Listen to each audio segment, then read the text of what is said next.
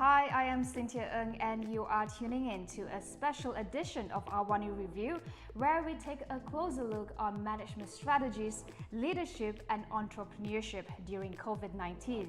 Now, as businesses are faced with another movement control order as the country battles a surge in COVID-19 cases and an emergency expected to be in place until the end of July, how will this impact businesses and what are the strategies for survival?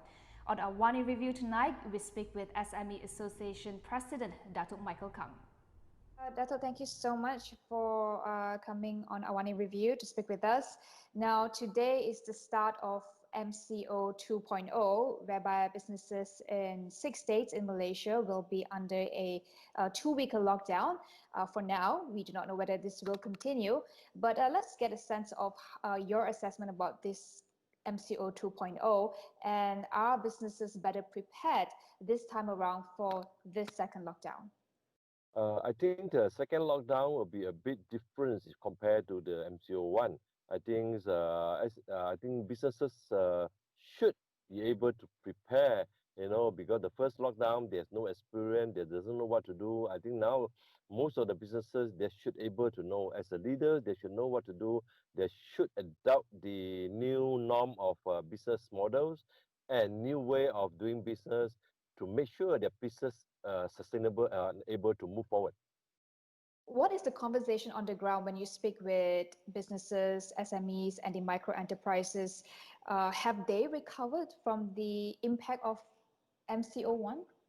I think, as everyone know, that the MCO 1 still okay because a lot of SME during the MCO lockdown, I think they have cash on hand. They're still able to survive. That's why they did not really prepare.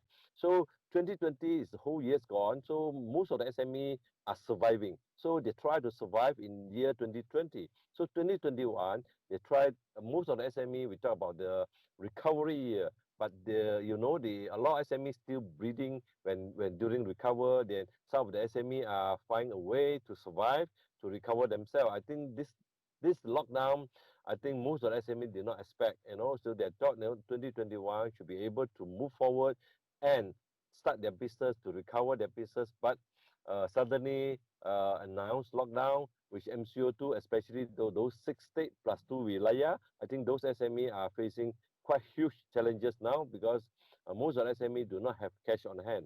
I think they are facing quite tough, quite a big challenge now.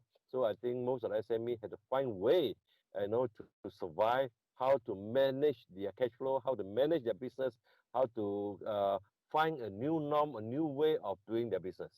When you talk about revival, Dato, revival is about having that access to working capital, to cash, right? Which is exactly what our businesses are struggling. What are the alternatives for them? We look at what's been given out by the government, support measures from Penjana and Prihatin. Are they sufficient at this juncture, now going into a second lockdown, maybe a third and fourth in this coming year?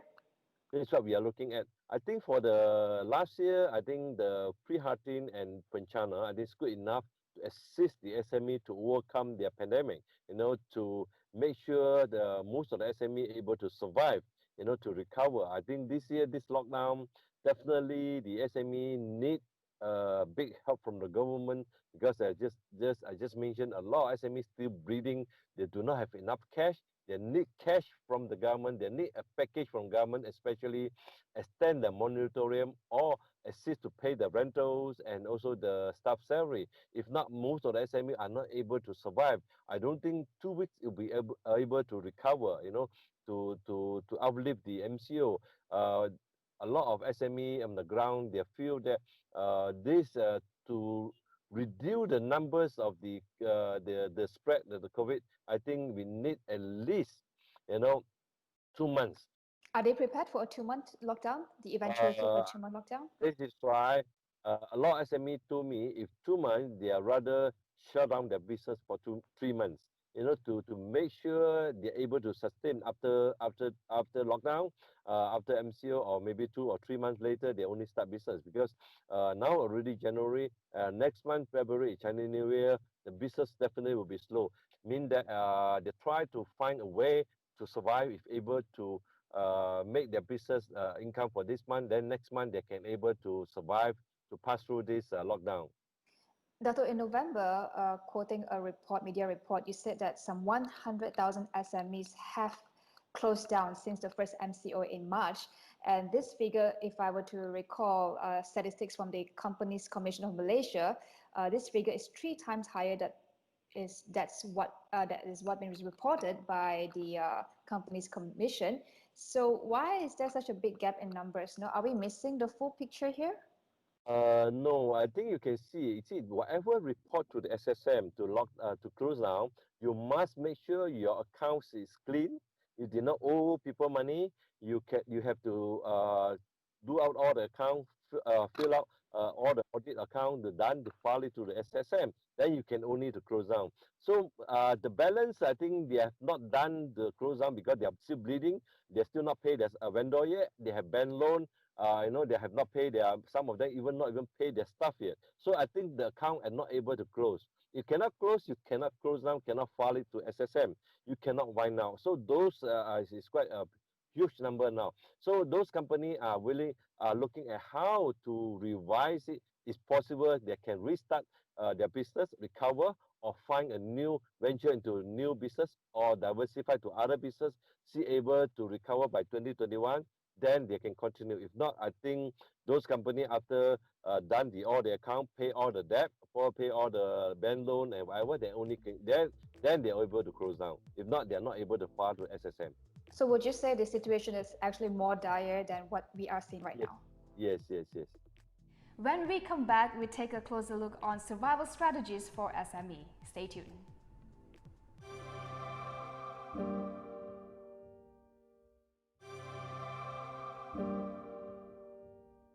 What concerns you most, Dato? As you represent a number of businesses, I mean SMEs in Malaysia, and they go to you, when something like this happens. What is their conversation with you? What are they telling you that we are not seeing?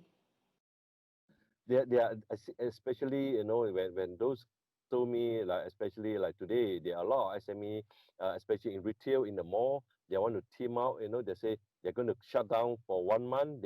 They are not able to pay their rental because there's no sale. Definitely, they can't able to pay the staff salary anymore. So the team they find a way to survive. If they can shut down for 1 month or 2 months, they don't operate, then they can save all the costs. Then they can start over another 2-3 months later. I think that's why this part we need the government help. If the government can come in to provide the assistance on the financial side, I think they can continue the operation. F&B, tourist related industry, education, and also the event management, all those are facing quite a huge loss now. They're not able to continue. Even they can see pub until now, every 1 year, they're not able to operate their business. So let's talk about strategies for survival. What are some of the moves that small businesses can take to survive this next phase of uncertainty? I think the survival mode, I think the SME have to find a way, innovative, creative way. That's what I mentioned earlier. SME have to find, what is this pandemic, and they'll create a lot of new business opportunity. There is a loss, but there is also opportunity in the market. So I can find out a lot of SME moving into the essential services business, like especially in agriculture, in food business, in mass manufacturing.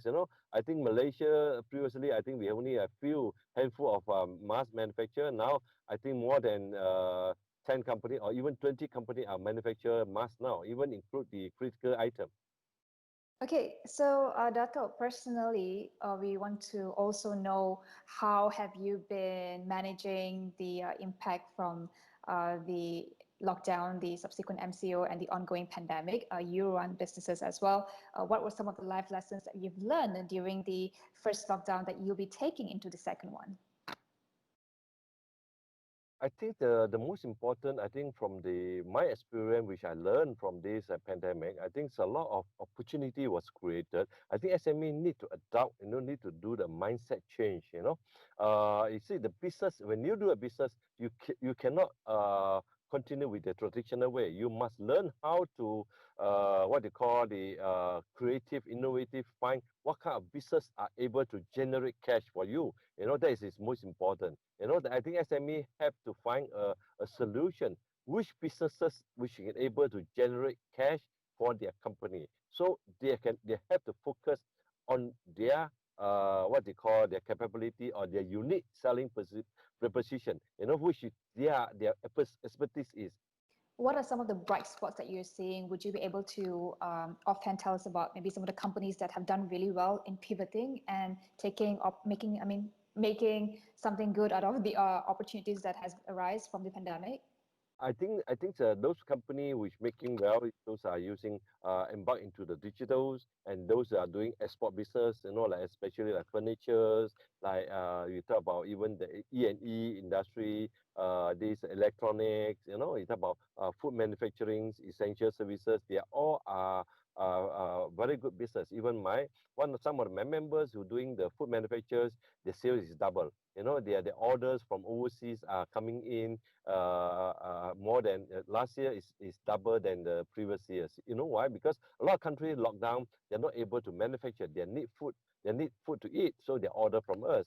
So our factory able to move, they start manufacturing, they embark into digital and automation. So for them, they do not face any issue, when come to what they're worried is only just lockdown. This is why this round MCO2, we ask the government allow them to continue operation, especially in manufacturing sector.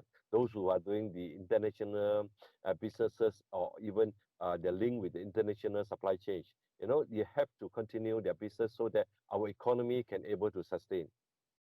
So 6 industries or sectors have been allowed to operate during this MCO and also our MCO.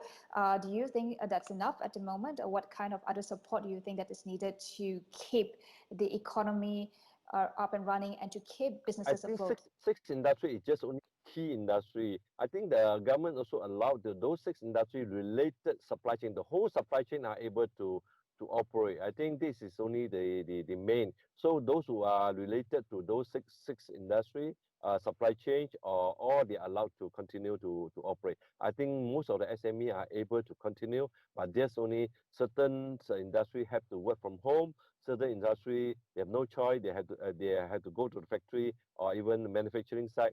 But the government also allowed the maximum is 30% of workforce in the factory. So I think they have to schedule their operation. So how to make sure their supplies is in orders and everything, the whole workflow is able to pick up as normal. Okay. All right. Thank you so much, Datuk, for your time. I'm sure you'll have some busy days ahead for you. And all the best in this second MCO. Hopefully, we will speak with each other again and have a better conversation about revival of the economy. Thank you. Thank you. That was Datuk Michael Kang, SME Association of Malaysia President. That's all for AWANI Review tonight. I'm Cynthia Ng. See you tomorrow.